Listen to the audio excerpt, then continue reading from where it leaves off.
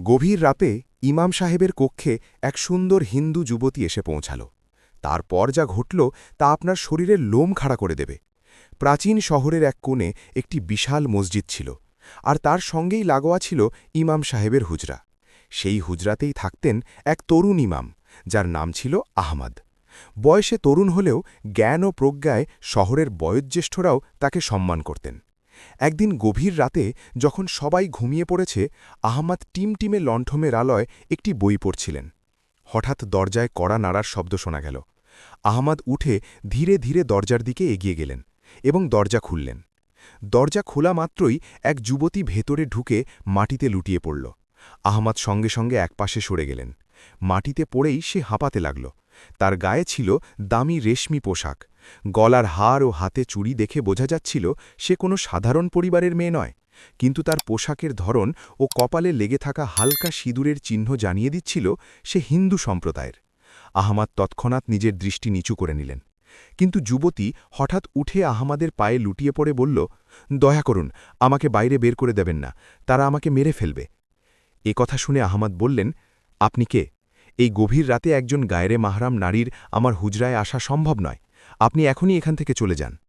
তখন যুবতী কাঁদতে কাঁদতে বলল, হুজুর, আমি জানি এটি গুনাহ, আমি জানি এটি আপনার ধর্মের নিয়মের বিরুদ্ধে, কিন্তু আমি অসহায়। আমি এই শহরের প্রধান ব্যবসায়ীর মেয়ে, আমার নাম নীলা। আজ রাজশহরের শাসক আমার পিতাকে হত্যা করেছে, এখন সে আমাকে খুঁজছে। যদি আমি এখন বাইরে যাই, তারা আমাকে ছিঁড়ে ফেলবে। দয়া করুন, অন্তত আজ রাতটা আমাকে এখানে থাকতে দিন। শহরের শাসক জালিম খান ছিল এক অত্যাচারী হাকিম। তার লোভী নজর থেকে এই শহরে কেউই নিরাপদ ছিল না। কিছুক্ষণ পর আমোদ বললেন, কিন্তু এখানে আপনার থাকাও নিরাপদ নয়। যদি কেউ দেখে ফেলে তাহলে আমার আর আপনার দুজনেরই মৃত্যুদণ্ড হবে। সমাজ এটা কখনো মেনে নেবে না। তখন নীলা কাপা কণ্ঠে বলল, মৃত্যু তো বাইরে গিয়েও আমার অপেক্ষায় আছে। আমি যদি এখানে থাকি বদনাম হবে, কিন্তু বাইরে গেলে ইজ্জত আর জীবন দুটোই চলে যাবে। আমি শুনেছি মুসলমানরা আমানতের হেফাজত করে। আজ আমি আপনার আমানত, আপনি কি আমাকে হায়নাদের হাতে তুলে দেবেন? এ কথা শুনে তরুণ আহমদের কপালে দুশ্চিন্তার ভাঁজ পড়ল। একদিকে কঠোর ধর্মীয় শৃঙ্খলা ও সামাজিক নিয়ম, অন্যদিকে বিপদে পড়া এক নারীর ইজ্জত ও জীবনের হেফাজত।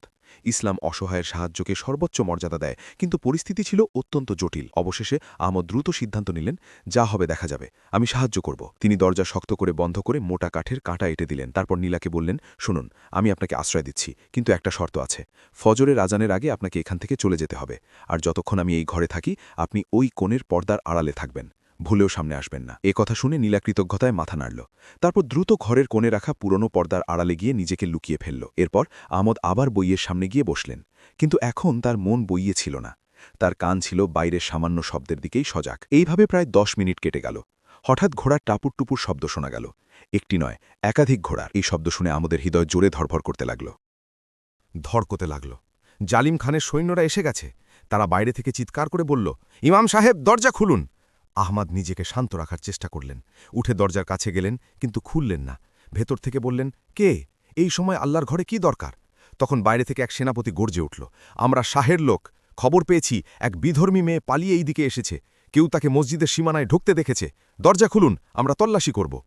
এ কথা শুনে আহমদ কঠোর স্বরে বললেন, এটি মসজিদ, আল্লাহর ঘর, এখানে কোনো অপরাধী বা পলাতক নেই। আমি ইবাদতে মগ্ন আছি, বিরক্ত করবেন না। সেনাপতি উচ্চহাস্যে ফেটে পড়ে বলল, ইবাদত পরে করবেন, আমাদের পাকা খবর আছে। যদি দরজা না খোলেন আমরা ভেঙে ঢুকে পড়ব, আর যদি মেয়েটি আপনার ঘরে পাওয়া যায় তাহলে আপনার ইমামতির স্বাদ চেখে দেব। আহমদ তখন ঘরের সেই কোণের দিকে তাকালেন যেখানে নীলা লুকিয়েছিল। মেয়েটি নিশ্চয়ই ভয়ে সংকুচিত হয়ে বসে আছে। আহমদ ভাবলেন, যদি তারা ভেতরে ঢুকে পড়ে তবে শুধু মেয়েটি ধরা পড়বে না, বরং একজন ইমামের কক্ষে বিধর্মী মেয়ে পাওয়ার অভিযোগে পুরো শহরে দাঙ্গা ছড়িয়ে পড়বে। মুসলমানদের ইজ্জত মাটিতে মিশে যাবে, আর মেয়েটিকে তাদের হাতে তুলে দেওয়া মানে তাকে জুলুম ও নির্মমতার মুখে ঠেলে দেওয়া। হঠাৎ আহমদের চোখ পড়ল ঘরে রাখা বড় একটি সিন্দুকের ওপর। সেখানে বই রাখা হতো। তিনি ধীরে স্বরে বললেন, ওরা দরজা ভেঙে ফেলবে, আপনাকে এই সিন্দুকের ভেতরে ঢুকতে হবে। শ্বাস নিতে কষ্ট হবে, কিন্তু এর বাইরে আর কোনো উপায় নেই। আমি তাদের আটকানোর চেষ্টা করব। এ কথা শুনে নীলা কোনো প্রশ্ন না করে দ্রুত সিন্দুকের ভেতরে ঢুকে নিজেকে গুটিয়ে নিল। তখন আহমদ সিন্দুকের ঢাকনা বন্ধ করে দিলেন, কিন্তু তারা দরজায় তালা লাগায়নি, যাতে একটু বাতাস ভেতরে ঢুকতে পারে। তারপর তিনি নিজের জুব্বা খুলে সিন্দুকের ওপর বিছিয়ে দিলেন এবং জায়নামাজ পেতে ঠিক সিন্দুকের সামনে নামাজের জন্য দাঁড়িয়ে গেলেন। ঠিক সেই মুহূর্তেই প্রচণ্ড শব্দে দরজার খুঁড়ি ভেঙে গেল এবং ৩ জন সশস্ত্র সিপাহী হুজরায় ঢুকে পড়ল। তাদের হাতে খোলা তলোয়ার ছিল। সেনাপতি সামনে এগিয়ে এলো। তখন আহমদ নামাজে মগ্ন ছিলেন। তিনি নড়লেন না, সিজদাই পড়ে রইলেন। সেনাপতি পুরো ঘর তল্লাশি করল, কিন্তু কাউকে পাওয়া গেল না। তারপর তার নজর পড়ল আহমদের সামনে রাখা বড় সিন্দুকের দিকে, যার ওপর আহমদের জুগ্গা রাখা ছিল। সে সেখানে এগিয়ে গেল, তলোয়ারের আগা দিয়ে সিন্দুকের ওপর রাখা জুব্বাটি সরিয়ে দিল, কিন্তু আহমদের সিজদা তখনও শেষ হয়নি। ঠিক তখনই বাইরে থেকে আরেকজন সিপাহী দৌড়ে এসে বলল, সেনাপতি সাহেব, খবর পাওয়া গেছে মেয়েটিকে নদীর ঘাটের দিকে পালাতে দেখা গেছে। আমরা এখানে সময় নষ্ট করছি। এ কথা শুনে সেনাপতি একবার আহমদের দিকে তাকালো, তারপর সিন্দুকের দিকে। তার মনের সন্দেহ এখনও পুরোপুরি দূর হয়নি। সে বলল, আহমদ সাহেব, নামাজ কি শেষ হবে না, নাকি নামাজ শেষ হলেই কোনো লুকানো সত্য বেরিয়ে আসবে? তখন আহমদ শান্তভাবে আল্লাহু আকবার বলে সোজা হয়ে বসলেন। তিনি সেনাপতির চোখের দিকে তাকিয়ে শান্ত কণ্ঠে বললেন, আল্লাহর ঘরে আপনারা অস্ত্র নিয়ে প্রবেশ করেছেন। এটা কি শাসকের আদেশ, নাকি আপনারা আল্লাহর চেয়েও বড় কোনো শক্তির মালিক হয়ে গেছেন? সেনাপতি বিরক্ত হয়ে বলল, বিতর্ক করবেন না। এই সিন্ধুকে কি আছে? আহমদ বিন্দুমাত্র ভয় না পেয়ে বললেন, কিতাব, আল্লাহর কালাম।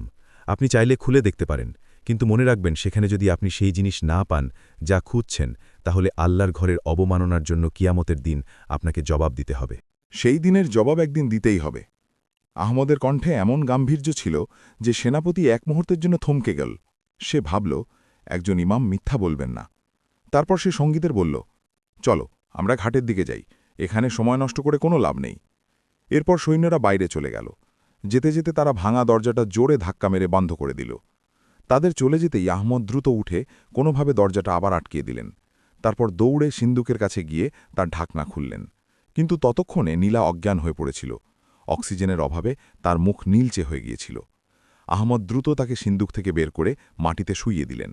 হাতে পানি নিয়ে তার মুখে ছিটিয়ে দিলেন।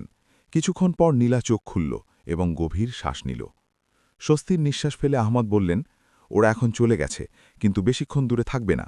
ঘাটে গিয়ে যখন তারা আপনাকে পাবে না, তখন আবার এখানে আসবে, অথবা পুরো শহরে তল্লাশি শুরু করবে। এ কথা শুনে নীলা উঠে বসে কৃতজ্ঞ কণ্ঠে বলল, আপনি আমার প্রাণ বাঁচিয়েছেন, কিন্তু এখন আমি কোথায় যাব? তারা আমার বাড়ি জ্বালিয়ে দিয়েছে। ভয়ে আমার আত্মীয়রাও দরজা খুলবে না। এ কথা শুনে আহমদ কিছুক্ষণ চিন্তা করলেন। তারপর বললেন, শহরের পশ্চিম ফটকের কাছে একটি পুরনো কবরস্থান আছে। সেখানে একজন বৃদ্ধ খাদেম থাকেন। তিনি আমার পরিচিত এবং খুবই বিশ্বস্ত মানুষ। আপাতত আপনাকে সেখানে পৌঁছে দেওয়াই একমাত্র উপায়। তিনি আরও বললেন, কিন্তু সমস্যা হল, পশ্চিম ফটক পর্যন্ত যেতে হলে শহরের প্রধান বাজার পার হতে হবে, আর এই সময় সেখানে কড়া পাহারা রয়েছে। নীলা বলল, আমি প্রস্তুত, আপনি যা বলবেন আমি তাই করব। তখন আহমদ বললেন, এই পোশাকে আপনি যেতে পারবেন না, এই পোশাক দেখলেই তারা চিনে ফেলবে। তারপর আহমদ তিনি নিজের আলমারি থেকে একটি কালো বোরকা বের করলেন। এটি ছিল তার মায়ের স্মৃতিচিহ্ন, যা তিনি যত্ন করে সংরক্ষণ করে রেখেছিলেন। তিনি সেটি এগলিয়ে দিয়ে বললেন, এটা পরে নিন, মাথা থেকে পা পর্যন্ত নিজেকে ঢেকে ফেলুন এবং একটিও শব্দ বলবেন না। কেউ কিছু জিজ্ঞেস করলে আমি উত্তর দেব। আপনি আমার স্ত্রী সেজে আমার সঙ্গে যাবেন। একথা শুনে নীলা চমকে উঠল। সে বলল, স্ত্রী সেজে? আহমদ বললেন, হ্যাঁ, এর বাইরে আর কোনো পথ নেই। যদি প্রহরীরা থামায়, আমি বলবো আমার স্ত্রী অসুস্থ, তাকে হাকিমের কাছে নিয়ে যাচ্ছি। দেরি করার সুযোগ ছিল না। নীলা হাতে বোরকাটি নিল। সে ছিল ভিন্ন ধর্ম ও ভিন্ন সংস্কৃতির মানুষ, কিন্তু আজ নিজের প্রাণ বাঁচাতে তাকে এই রূপ ধারণ করতেই হচ্ছিল। বোরকা পরার পর সে যেন সম্পূর্ণ অন্য একজন মানুষ হয়ে গেল। আহমদ হাতে লণ্ঠন তুলে বললেন, চলুন, ভোর হওয়ার আগে আমাদের ফিরতে হবে। তারপর দুজন গভীর রাতেই রাস্তায় বেরিয়ে পড়লেন। সামনে ইমাম আহমদ আর পিছনে বোরকা পরা নীলা। রাস্তা ছিল একেবারে জনশূন্য। কিছু দূর যাওয়ার পর বাজারের মোড়ে তারা দেখলেন মশাল হাতে কয়েকজন প্রহরী দাঁড়িয়ে আছে। তারা আসা যাওয়া করা সবাইকে থামিয়ে জিজ্ঞাসাবাদ করছে। তখন আহমদ আস্তে করে নীলাতে বললেন, ভয় পাবেন না, শুধু আমার কাছাকাছি থাকবেন, আমার হাত ধরবেন না, একটু দূরত্ব বজায় রাখবেন, তবে খুব বেশি দূরেও যাবেন না। প্রহরীদের সামনে পৌঁছতেই একজন পথ রোধ করে বলল, থামুন, এত রাতে কোথায় যাচ্ছেন? আহমদ লণ্ঠন উঁচু করে ধরলেন, যাতে আলো তার মুখে পড়ে। তিনি বললেন, আমি ইমাম আহমদ। একথা শুনে প্রহরী তাকে চিনে ফেলল এবং বলল, ও হুজুর, মাফ করবেন, কিন্তু এত রাতে কোথায় যাচ্ছেন? আহমদ শান্ত কণ্ঠে বললেন, আমার স্ত্রী হঠাৎ খুব অসুস্থ হয়ে পড়েছে, পেটে তীব্র ব্যথা, তাকে পশ্চিম মহল্লার হাকিম দাদার কাছে নিয়ে যাচ্ছি, দেরি করা সম্ভব ছিল না। প্রহরী পিছনে দাঁড়ানো বোরকা পরা নারীর দিকে তাকিয়ে বলল, কিন্তু হুজুর, আজ রাতে কড়া পাহারা আছে, শাসকের আদেশ, যে কেউ সন্দেহজনক মনে হলে তাকে আটকাতে হবে, একজন পলাতক অপরাধীকে খোঁজা হচ্ছে। কথা শুনে আহমদ বললেন, আমি কি কোনো পলাতক অপরাধী, অথবা আমার অসুস্থ স্ত্রী কি কোনো অপরাধী? আমাদের যেতে দিন, দেরি হলে কোনো অনর্থ ঘটতে পারে। প্রহরী একটু দ্বিধায় পড়ল, তখন আরেকজন প্রহরী এগিয়ে এসে বলল, হুজুরকে যেতে দিন, উনি মিথ্যে বলবেন না, আর ওই মেয়েটি তো হিন্দু, আর এ তো হুজুরের স্ত্রী, পথ ছেড়ে দিন। কথা বলে সে সরে দাঁড়াল। পাহারাদাররা একপাশে সরে দাঁড়াল। আহমেদ সামনে পা বাড়ালেন, আর নীলা তার পেছন পেছন চলতে লাগল। তাদের হৃদয় তখনও দ্রুত ধুকভুক করছিল। কিছুদূর এগিয়ে আরেকটি ফটক পড়ল। সেখানে এক বিশাল দেহী হাবশী জল্লাদ দাঁড়িয়েছিল, যার নাম কালু। কালু মানুষের গন্ধেই বুঝে ফেলতে পারত কে আপন আর কে পর। দূর থেকেই সে তাদের আসতে দেখে ভারী কুঠারটি মাটিতে আছড়ে গর্জে উঠল, থামো! আহমেদ থমকে গেলেন। এই লোকটিকে কথার জালে ফেলা সহজ নয়। কালু এগিয়ে এসে নীলার দিকে তাকাল। সে তার কাছে গিয়ে গভীর শ্বাস নিল, তারপর কর্কশ্বরে বলল, এই মহিলার শরীর থেকে রেশমি কাপড়ের গন্ধ আসছে। গরিব ইমামের স্ত্রীর রেশম পরে না, আর হুজুরের স্ত্রীর পায়ে সোনার নুপুরও থাকে না, যার শব্দ আমি এখান থেকেই শুনতে পাচ্ছি। এ কথা শুনে আহমেদের মনে আতঙ্ক জাগল।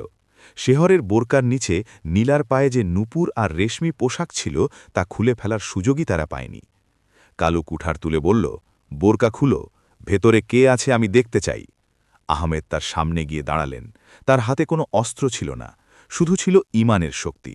তিনি বললেন, কোনো নারীর পোশাকে হাত দেওয়ার আগে তোমাকে আমাকে হত্যা করতে হবে। কালু হেসে উঠল, তাই নাকি? তবে তাই হোক। বলেই সে কুঠার ঘুরিয়ে আঘাত করতে গেল। ঠিক সেই মুহূর্তে অন্ধকার থেকে ছুটে আসা একটি তীর তার হাতে গিয়ে বিঁধল। কুঠারটি ছিটকে পড়ে গেল। অন্ধকার থেকে পরিচিত একটি কণ্ঠ ভেসে এলো, পালান হুজুর! আহমেদ ও নীলা এক মুহূর্তও দেরি না করে ফটকের পাশে থাকা ছোট সুড়ঙ্গ পথের দিকে দৌড় দিলেন। সুড়ঙ্গ পেরিয়ে তারা শহরের বাইরে বেরিয়ে কবরস্থানের দিকে ছুটতে লাগলেন। অন্ধকারে হোঁচট খেতে খেতে তারা এগোতে থাকলেন। নীলার শ্বাসপ্রশ্বাস ভারী হয়ে উঠেছিল। বোরকার নিচে ভারী রেশমি পোশাক শরীরে লেপ্টে থাকায় দৌড়ানো তার পক্ষে কঠিন হয়ে পড়ছিল, কিন্তু থামার কোনো উপায় ছিল না। পেছনে মশালের আলো আর সৈন্যদের চিৎকার শোনা যাচ্ছিল। অবশেষে তারা কবরস্থানের সীমানা প্রাচীরের কাছে পৌঁছলেন। জায়গাটি জনবসতি থেকে অনেক দূরে, চারদিকে পুরনো ঝাউ গাছের জঙ্গল। ভাঙা একটি দেওয়াল দিয়ে তারা ভেতরে ঢুকলেন। কবরস্থানের পরিবেশ ছিল ভয়াল। শত শত বছরের পুরনো কবর, কিছু ভাঙা, কিছু ঘাসে ঢাকা। মাঝখানে একটি ছোট কুটির, যেখানে সেই বৃদ্ধ খাদেমের থাকার কথা আহমেদ বলেছিলেন। আহমেদ কুটিরের দিকে এগোলেন। ভেতর থেকে টিমটিমে আলো জ্বলতে দেখা যাচ্ছিল। তিনি দরজার কাছে গিয়ে বললেন, চাচা, আমি আহমাদ, দরজা খুলুন, খুব জরুরি। কিছুক্ষণ পর এক বৃদ্ধ লোক এলেন। দরজা খুলে বললেন, আহমাদ, এত রাতে মৃতদের দেশে জীবিত মানুষের কি কাজ? তিনি আহমাদের পেছনে দাঁড়ানো বোরকা পরা নীলাকে দেখলেন। ভ্রু কুচকে বললেন, সাথে কে আছে? আজকে মৃত্যু জড়ায় জড়ায় এসেছে। আহমাদ তাড়াতাড়ি ভেতরে ঢুকে নীলাকেও ইশারায় ভেতরে আসতে বললেন। তারপর বৃদ্ধের হাত ধরে বললেন, চাচা, মজা করার সময় নয়। জালিম খানের লোকেরা আমাদের খুঁজছে, তাকে এখানে লুকিয়ে রাখতে হবে। আপনাকে ছাড়া ভরসা করার মতো কেউ নেই। বৃদ্ধ খাদিম কিছুক্ষণ নীলার দিকে তাকিয়ে রইলেন। তারপর বললেন, জালিম খানের লোকেরা জীবিত মানুষদের মারে, মৃতদের ভয় পায় না, তারা এখানেও আসবে। আহমাদ বললেন, কমপক্ষে আজ রাতটা পার হোক, সকাল হলেই আমি অন্য ব্যবস্থা করব। কথা শুনে বৃদ্ধ মাথা নাড়লেন এবং বললেন, ঠিক আছে, কিন্তু মাটির ওপরে থাকা নিরাপদ নয়। কবরস্থানের নিচে একটি পুরনো সুড়ঙ্গ আছে, বহু আগে ডাকাতরা ব্যবহার করত, এখন আর কেউ তা জানে না, তোমরা সেখানে যাও। তারপর তিনি ঘরের মেঝেতে পাতা একটি পুরনো চাটাই সরালেন। নিচে একটি কাঠের ঢাকনা ছিল, সেটি তুলতেই অন্ধকার সিঁড়ি দেখা গেল এবং নিচ থেকে দুর্গন্ধযুক্ত বাতাসের ঝাপটা উঠল। বৃদ্ধ বললেন, তাড়াতাড়ি নিচে নেমে যাও, আমি ওপর থেকে বন্ধ করে দেব। আহমাদ লণ্ঠন তুলে নিলেন। নীলা ভয়ে তার হাত শক্ত ধরে রইল। আহমাদ তিসেনবরে সাবধানে সিঁড়ি বেয়ে নিচে নামতে লাগলেন। সুড়ঙ্গটি খুব গভীর ছিল। লণ্ঠনের আলোয় দেখা গেল দুপাশে কঙ্কাল পড়ে আছে। হয়তো এরা সেই ডাকাত যারা পথ হারিয়ে এখানেই মারা গিয়েছিল। নীলা ভয়ে চিৎকার করতে যাচ্ছিল, কিন্তু নিজেকে সামলে নিল। তখন আহমাদ ধীরে বললেন, ভয় পাবেন না, মৃতরা কাউকে ক্ষতি করে না, আসল ভয় জীবিত মানুষকে নিয়ে। অবশেষে তারা সুড়ঙ্গের শেষ প্রান্তে পৌঁছাল। সেখানে জায়গাটা একটু চওড়া ছিল এবং একটি পাথরের চৌকির মতো বানানো ছিল। আহমাদ সেখানে লণ্ঠনটি রাখলেন। নীলা বোরকার ঘোমটা সরালো। তার ফর্সা মুখ ফ্যাকাশে হয়ে গিয়েছিল। সে বলল, আমার বাবার কি হবে? আমি তো পালিয়ে এসেছি, কিন্তু তার লাশ। আহমাদ বললেন, এখন এসব ভেবে লাভ নেই, আগে আপনাকে বাঁচতে হবে। আপনার কাছে কি কোনো গয়না বা দামি জিনিস আছে? পালাতে হলে টাকার দরকার হবে। নীলা তার গলার হার এবং হাতের দামি চুড়িগুলো দেখিয়ে সে বলল, এগুলো খুব দামি, কিন্তু বিক্রি করতে গেলে ধরা পড়ে যাব। আহমদ চিন্তিত হয়ে বললেন, ঠিকই বলেছ, এখন এগুলো সম্পদের চেয়ে বিপদই বেশি, লুকিয়ে রাখতে হবে। ঠিক তখনই ওপর থেকে ধপধপ শব্দ ভেসে এলো, যেন কেউ জোরে জোরে মেঝের ওপর হাঁটছে। তারপর শোনা গেল বুড়ো খাদিমের ব্যথা ভরা চিৎকার, বল বুড়ো, ওরা কোথায় গেল? আমরা তো এদিকেই আসতে দেখেছি। এই কথা শুনে মিলা ভয়ে আহমদের দিকে তাকালো। আহমদ ঠোঁটে আঙুল রেখে তাকে চুপ থাকার ইশারা করলেন। দুজনেই নিঃশ্বাস আটকে দাঁড়িয়ে রইল। কিছুক্ষণ পর ওপর থেকে ভারী গলায় শোনা গেল, পুরো বাড়ি তল্লাহি করলাম, কোথাও নেই, মনে হয় জঙ্গলের দিকে পালিয়েছে। বুড়োকে বেঁধে রাখো, ফেরার পথে জিজ্ঞাসাবাদ করব। সৈন্যরা চলে গেল, কিন্তু আহমদের মন শান্ত হল না। তিনি জানতেন জালিম খানের বিশেষ বাহিনী এত সহজে হাল ছাড়ে না, তারা শিকারী নেকড়ের মতো শিকার গন্ধ পেয়ে যায়। প্রায় 1 ঘন্টা পর চারদিক একেবারে শান্ত হয়ে গেল। তখন আহমদ বললেন, আমাদের এখান থেকে বেরোতে হবে, তবে যেদিক দিয়ে এসেছি সেদিক দিয়ে নয়, এই সুড়ঙ্গের আরেকটা পথ নিশ্চয়ই আছে। তিনি লণ্ঠন তুলে দেয়ালগুলো ভালো করে পরীক্ষা করতে লাগলেন। সুড়ঙ্গের শেষ দিকে একটি দেয়াল আলগা পাথর দিয়ে গাঁথা বলে মনে হলো। আহমদ ধারা দিতেই একটি পাথর মন গেল। তারপর তিনি ও নীলা মিলে পাথরগুলো সরাতে শুরু করলেন। পাথর সরানোর পর ওপাশে আরেকটি অন্ধকার পথ দেখা গেল। সেখান থেকে ঠান্ডা হাওয়া আসছিল, মানে পথটি বাইরে বেরিয়ে যায়। আহমদ বললেন, চলো এই পথেই যাই। তারা নতুন পথ ধরে এগোতে লাগল। পথটি ধীরে ধীরে উপরের দিকে উঠছিল। অনেকটা হাঁটার পর তারা ঝোপঝাড়ের আড়াল দিয়ে বাইরে বেরিয়ে এলো। জায়গাটা অচেনা, দূরে শহরের আলো দেখা যাচ্ছিল, কিন্তু তারা শহরের দেয়ালের বাইরে চলে এসেছে। তখন নীলা জিজ্ঞেস করল, এটা কোন জায়গা? আহমদ চারদিকে তাকিয়ে বললেন, এটা শয়তানের টিলা। এখান থেকে নদী খুব কাছে, আমাদের নদী পার হতে হবে। কিন্তু নদীর ঘাড়ে পৌঁছানোর আগেই তারের পথ রোধ করল একটি ছায়ামূর্তি। সে ঝোপের আড়াল থেকে বেরিয়ে এলো। তার হাতে ধনুক আর মুখ কালো কাপড়ে ঢাকা। সে বলল, আমি জানতাম তোমরা এই পথেই বেরোবে। তার কণ্ঠস্বর কোনো নারীর মতো শোনাচ্ছিল। আহমদ সতর্ক হয়ে দাঁড়িয়ে বললেন, তুমি কে? গেটের কাছে তীর ছুঁড়েছিলে তুমিই কি? সঙ্গীত চালিয়েছিলে? ছায়ামূর্তি তার মুখ থেকে কাপড় সরালো। সামনে একটি দীপ্তিময় যুবতী দাঁড়িয়েছিল। তার চোখে অদ্ভুত এক ঝলক ছিল। সে বলল, আমার নাম সারা, আমি জালিম খানের প্রাসাদে কাজ করি, কিন্তু আমি বিদ্রোহীদের সঙ্গীতের গুপ্তচর। নীলা দেবীকে বাঁচানো আমার দায়িত্ব। এটি শুনে নীলা বিস্মিত হয়ে বলল, তুমি আমাকে চাও? সারা বলল, আপনার পিতা আমাদের অনেক সাহায্য করতেন। আপনার মৃত্যুর খবর পাওয়ার সঙ্গে সঙ্গে আমি ছুটে এসেছি। ইমাম সাহেব, আপনি অনেক বড় ঝুঁকি নিয়েছেন, এখন পরবর্তী দায়িত্ব আমার। আহমদ বলল, তুমি একা পারবে না, জালিম খানের নেকড়ে সৈন্যরা তোমার গন্ধ পেয়ে যাবে। নদী বাড়ি দেওয়া সহজ হবে না। সারা বলল, নদী পার করার জন্য নৌকা প্রস্তুত আছে, কিন্তু সমস্যা অন্য জায়গায়। জালিম খান শহরের সব নাওয়ালাকে হত্যা করেছে, যাতে কেউ পালাতে না পারে। আমাদের নিজেদের নৌকা চালাতে হবে, এবং আজ রাতে নদীতে শাহী বায়ুও আছে। এটি শুনে আহমদ জিজ্ঞেস করল, তাহলে কিভাবে যাব? সারা তার পকেট থেকে একটি মানচিত্র বের করে দেখালেন এবং বলল, শহরের উত্তরে একটি পুরনো পানি চৌকি আছে, সেখান থেকে নদীর নিচে একটি গোপন নালা যায়। সেই পথে আমরা সরাসরি নদী পার হতে পারব না, কিন্তু জঙ্গলে পৌঁছানো সম্ভব। পথটি খুবই বিপজ্জনক, সাপ এবং কুমির ভরা। কোন নীলা ক্লান্ত স্বরে বলা, আমিও চলতে পারছি না, আমার পা কাজ করছে না। আহমদ বলল, এখন থামার সময় নেই, চলুন পানিচক্কির দিকে। এরপর 3 জন অন্ধকারে উত্তরের দিকে এগোতে লাগল, কিন্তু তারা জানত না যে কালু তাদের পিছনে রয়েছে। গেটি তীর লেগে তার হাত আহত হয়েছিল, তবুও সে থামল না। সে রক্তে ভেজা হাত ধরে কুকুরের মতো গন্ধ নিয়ে তাদের অনুসরণ করছিল। লাগছিল, এবং তার সঙ্গে আরও 10 জন ভয়ঙ্কর যোদ্ধা ছিল। শেষ পর্যন্ত তারা সবাই পানির চাকির কাছে পৌঁছালো। তখন সকাল হওয়া শুরু হয়েছে। দূর থেকে আজানের আওয়াজ আসছে। আহমেদের হৃদয় ভরে গেল। আজ সে তার মসজিদে ফজরের নামাজ পড়তে পারল না, হয়তো এবার আর কখনো পড়তে পারবে না। পুরনো পানির চাকি বিশাল পাথরের তৈরি ছিল, তার নিচ দিয়ে কালো নোংরা পানি নদীতে পড়ছিল। সারা বলল, হ্যাঁ, এই নোংরা পানির পথ দিয়ে যেতে হবে। নীলা ঘৃণায় নাক ভাঁজ করল, কিন্তু কিছু বলল না। তারা সবাই নিচে নামতে শুরু করল। পানি কোমর পর্যন্ত ছিল এবং খুবই দুর্গন্ধ আসছিল। হঠাৎ পিছন থেকে ভয়ঙ্কর একটি আওয়াজ বাজল। কালু তার সৈন্যদের সঙ্গে সেখানে এসে পৌঁছেছে। সে চিৎকার করে বলল, হে শয়তানের সন্তানরা, কি ভেবেছিলে পালিয়ে যাবে? সৈন্যরা চারপাশ থেকে তাদের ঘিরে ফেলতে শুরু করল।